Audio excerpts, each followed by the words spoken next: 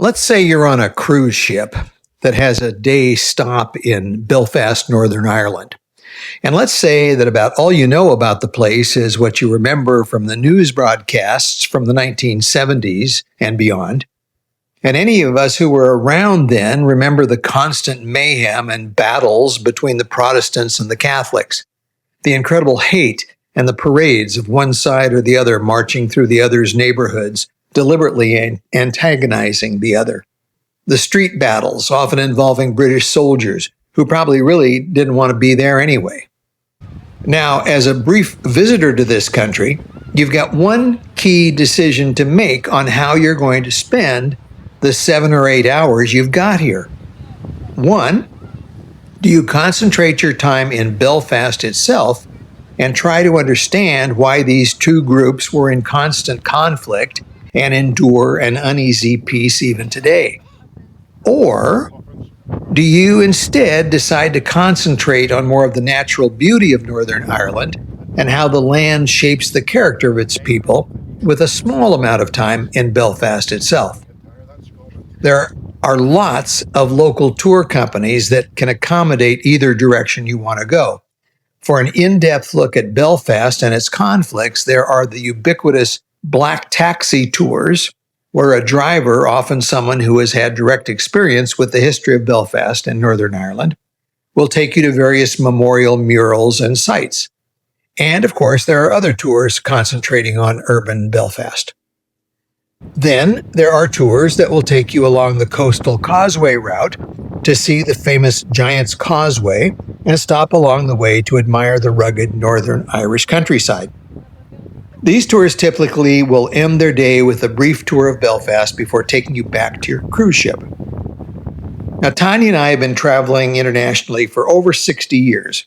We visited over 159 countries, and at this point in our lives, we've decided on preferring beauty over troubles. Today, you're going to learn a little bit about what we experienced and hopefully help you decide what you want to concentrate on when you visit Northern Ireland. So let's get into it. Our trip begins on the legendary Causeway Coastal Route, a 120-mile stretch of road that hugs the North Atlantic. Every bend reveals a new postcard-perfect view, rugged cliffs, green fields, and the white sea crashing below. Our first stop is the town of Carrickfergus and its famous castle. Now, this place is significant because it was here that Prince William of Orange, who later became King of England, Scotland, and Ireland, landed in 1690. Now, William was Dutch, and he was a Protestant.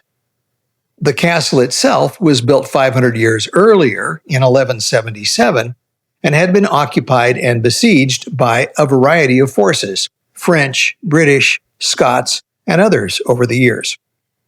By the time William landed, it was occupied by Jacobites, who were mostly Catholics. William's forces laid siege to the castle and eventually took it over. So you see, even when you're looking for beauty in Northern Ireland, you can never really get away from the eternal Protestant-Catholic conflict.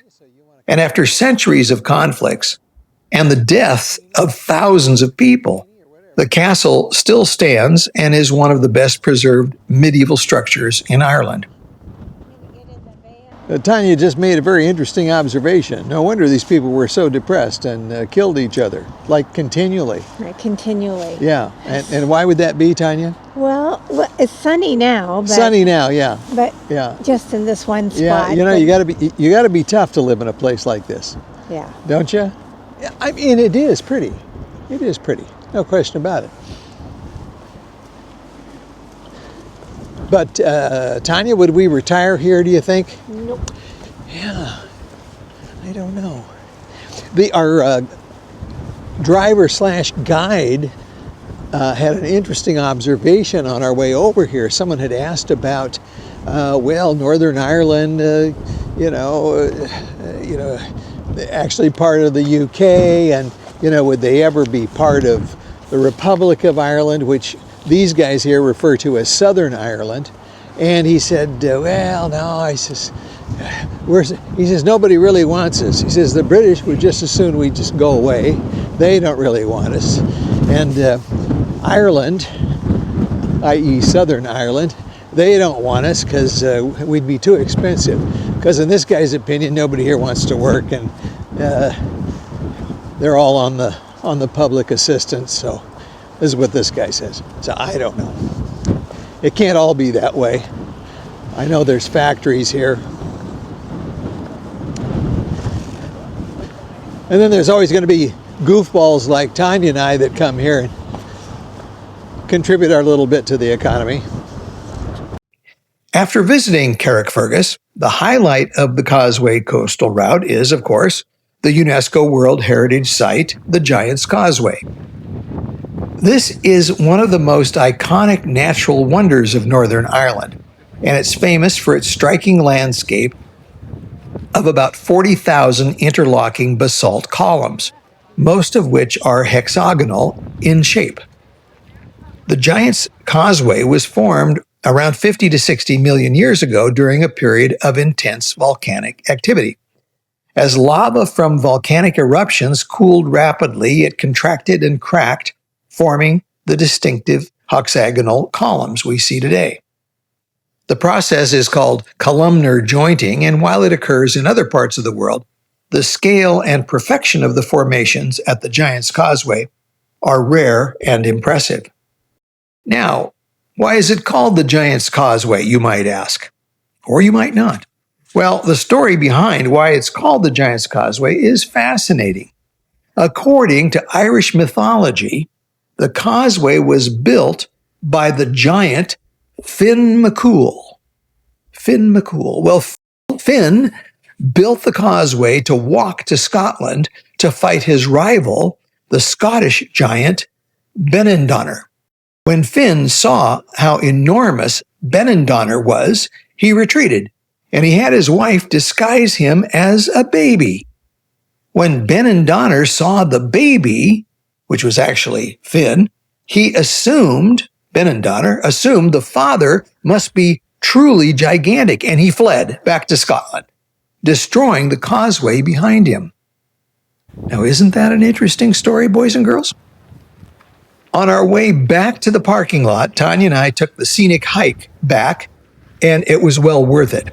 Now, you can also take a shuttle bus back along the roadway back to the visitor center if you like. The final part of this day trip had us driving through different neighborhoods of Belfast and visiting the Peace Wall, where visitors can write little messages of peace. And presumably these messages will be there forever. Well, or at least until the wall gets painted over again. Well, I told Tanya that it was probably time for me to get another graduate degree, and so we're here at Queen's University in Belfast, and I'm thinking about maybe getting a master's or maybe a PhD in contemporary Irish studies. What do you think? No, don't think so. I think it'd be very useful, and it would probably only take maybe another 4 or 5 years, and do a little dissertation. And no, don't think so. Well, it would, but just think, we could live here in Belfast. It'd be kind of fun. We could visit. Yeah, and we could have fish and chips and Guinness to our heart's delight. Yes, indeed. Well, that's the wrap on our short day trip to Northern Ireland. We hope this helps you decide how you want to focus your own trip to this beautiful and rugged country. And whatever you decide, embrace the moment.